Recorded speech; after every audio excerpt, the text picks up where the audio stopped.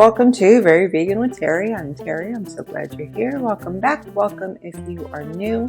Today I'm going to do something really simple. It's hummus. Now you're probably thinking to yourself, Terry, hummus is already vegan. And you'd be right. But hummus is traditionally made with a lot of olive oil, so it's very calorie dense.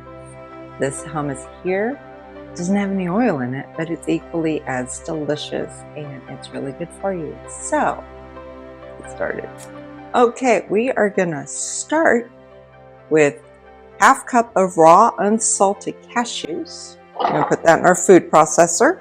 A clove of garlic, 1 tablespoon of liquid aminos, which is like a soy sauce except it's gluten-free, half a cup of lemon juice, 1/4 cup of nutritional yeast, 1/4 cup of raisins, liquid from 1 can of chickpeas. Now you can reuse the liquid that's found in chickpeas. You can make a lot of egg white type dishes from this. It's called aquafaba. It's the one liquid in a can of beans that you can actually reuse for another purpose. So this is a liquid from 1 can of chickpeas.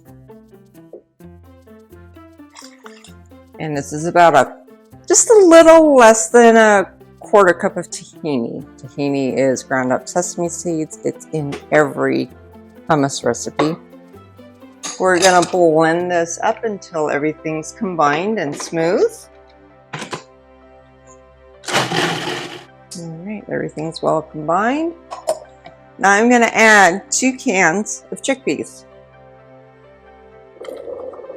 And yes, hummus is traditionally made from chickpeas. So I'm going to blend this again until it all comes together and thickens up.